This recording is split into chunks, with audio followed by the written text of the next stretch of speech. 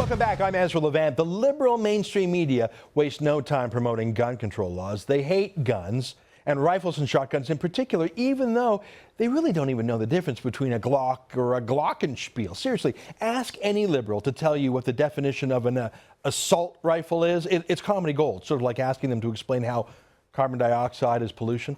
Last week was the 25th anniversary of the terrible École Polytechnique massacre in Montreal. NDP leader Thomas Mulcair took the opportunity to promise that an NDP government would bring back something that looks just like a gun registry. We would look for a way of doing this without falling into the problems that existed with the Liberals' version of this, but we are starting with a definition of what I'm calling an obligation of result. For the NDP, the obligation of result is that the police are able to track every gun. That has to be there both for public protection and for protection of the police themselves. But are unregistered long guns really the cause of gun crime in Canada? Criminal defense lawyer Solomon Friedman joins us with more from Ottawa. Hey, Solomon, welcome to the show. I want to, before I bring you in, I want to show you one more clip, though, okay? I want to show you Justin Trudeau's version of how he'd fight back against guns, because he's not going to let Thomas Mulcair outbid him for the left. Take a look at this clip, and then I'll ask you for your thoughts on it, too. Do you think it's important for the police to be able to track who has what guns, including long guns? And if so, how do you do that if not through some kind of a registry? Well, I have said very clearly, and I will repeat it, the Liberal Party will not bring back a gun registry. There are many different ways that jurisdictions around the world are looking into gun control. A lot can be done around classification. A lot can be done around proper review of the people wishing to file, to purchase firearms. There are many different ways of doing this, and the Liberal Party is taking this seriously because Canadians are united in their desire to see less violence with guns across this country. We shouldn't be divided on the ways to do that, and that is what I'm committed to doing.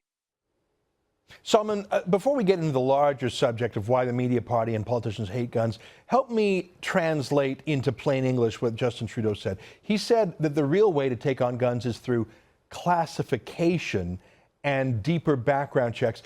By classification, I mean, that's just a tricky way of saying he'll just ban certain guns outright. Is that what that means? Absolutely. Classification is a great way of neutrally putting out the idea that certain guns should be banned, not because of any actual effects that they have or their lethality, but because they look dangerous or look scary. A wrong-headed approach that had been going on for years under the previous Liberal government.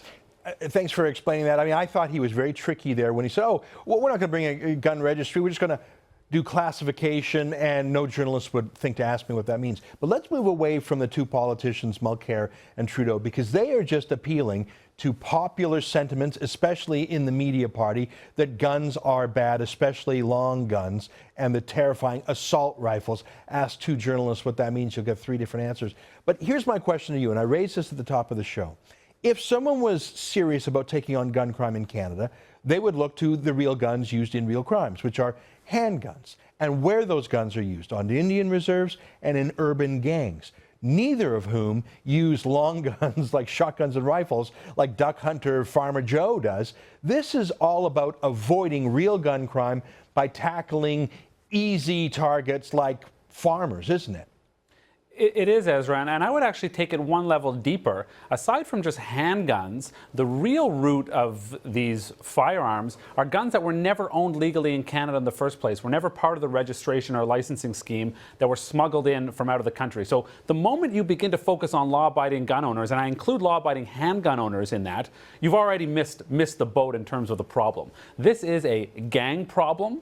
It is a not exclusively urban problem. There's certainly other gangs elsewhere in this country, but it's not an issue that you can tackle by forcing more obligations on law-abiding citizens. Now, you are a lawyer who is an expert in firearms law. What positive suggestions would you make for tackling actual gun violence? What ideas would you put forward that the government is not currently doing to genuinely fix the criminal problem without being a fake problem solver by going after Farmer Joe? I look at it this way. The moment the government asks the question, what can we do about gun crime, they're already on the wrong premise. That's the wrong question to ask. Guns are tools that are used in violence. They're not even the most common tools used in homicides in Canada, but they are a tool. The real question that needs to be asked is a really difficult question, and it is, how do we tackle crime at its core? How do we tackle gang membership? Why does someone want to get into a gang? Why do they want to deal drugs? Why is there a culture of gang violence prevalent in certain communities in this country? So the moment you begin to focus on the tool, you lose focus on the actual problem. We don't have a gun crime problem in Canada. In certain areas, we have a crime problem, and guns are a symptom of that problem. You never fix a problem by tackling a symptom and ignoring the root cause. Yeah, I mean, we don't talk about how do we fix the problem with knives, because, of course, stabbings are a larger source of murder in Canada than long arms. So are beatings. How do we deal with the fists problem in Canada? Well, it's not a knife problem or a fist problem. It's the person who are using those tools. And this is what I alluded to in my monologue at the top of the show. That touches the third rail in Canadian Liberal politics, which is talking about Indian reserves, talking about Vietnamese or Asian gangs in Vancouver, Jamaican gangs in Toronto. You start talking about those things, Liberals panic, flee for the doors, because they do not feel comfortable talking about politically correct issues. Last word to you. You know, to me, this is a problem that requires deep reflection on the part of our politicians. And that's something that takes a lot of courage, which unfortunately is absent today. If we continue to see the wrong-headed approach, this race to the bottom on gun control by the NDP and the Liberal Party, we're going to end up with more restrictions on law-abiding citizens and absolutely nothing to show in terms of public safety. Solomon Friedman, I look forward to talking to you again many times about this issue. I sense this will not go away. More Source still ahead.